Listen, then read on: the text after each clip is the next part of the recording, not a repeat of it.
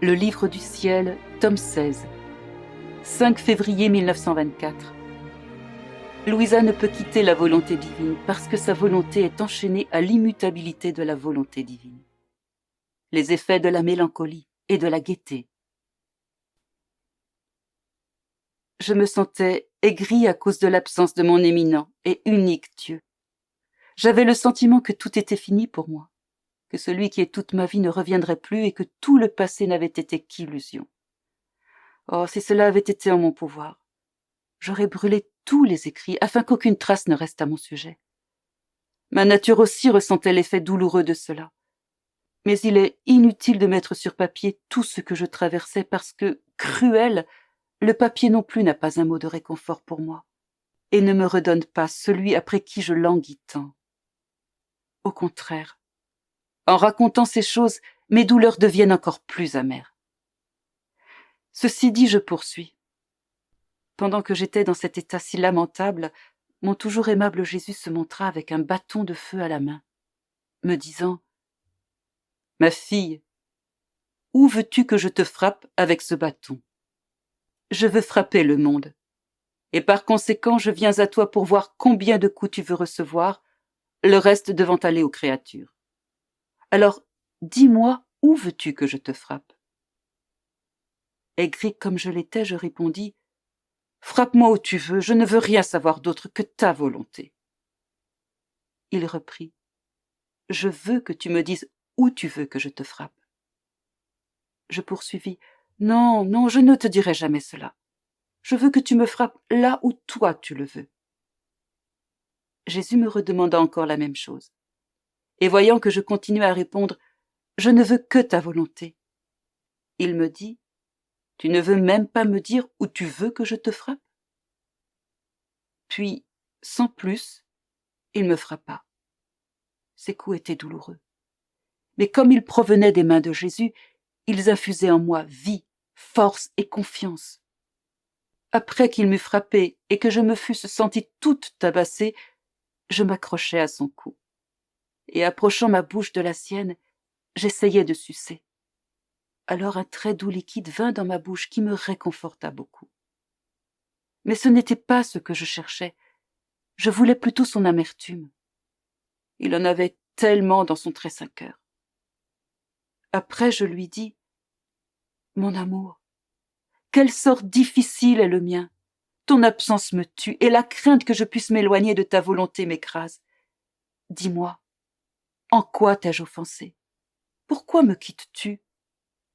Et même si tu es avec moi en ce moment, je ne pense pas que tu sois venu pour demeurer avec moi comme auparavant, mais que tu n'es que de passage.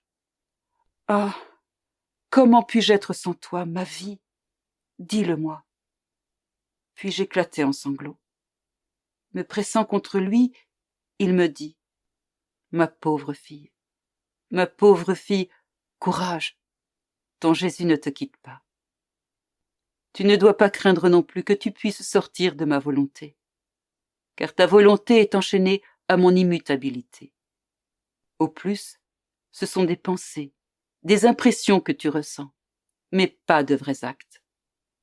En fait, puisque l'immutabilité de ma volonté est en toi, si ta volonté était sur le point de quitter la mienne, tu ressentirais la fermeté et la force de mon immutabilité et ta volonté serait encore plus enchaînée à la mienne.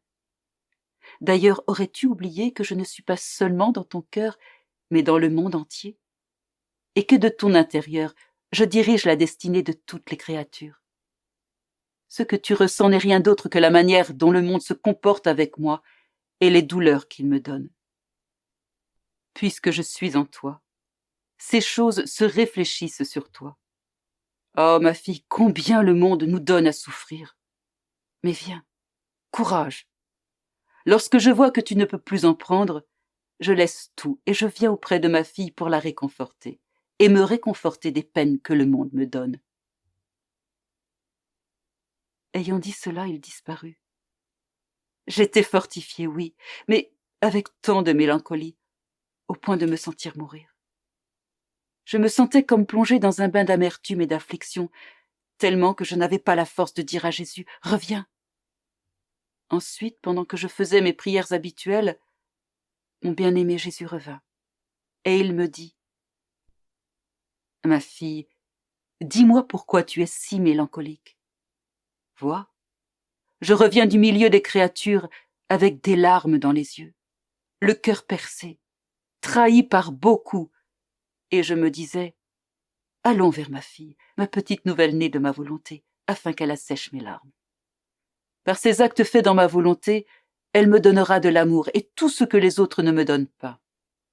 Je me reposerai en elle et la réconforterai par ma présence. Mais je te trouve si mélancolique que je dois mettre mes douleurs de côté pour m'occuper de soulager les tiennes.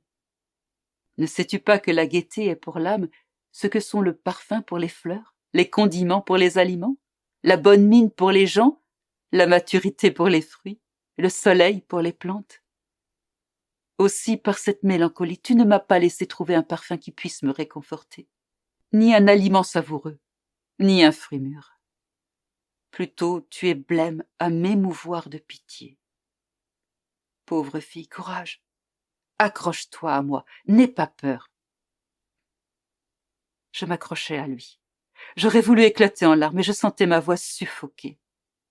Mais je m'armai de force, contins mes larmes, et je lui dis, « Jésus, mon amour, mes douleurs ne sont rien comparées aux tiennes.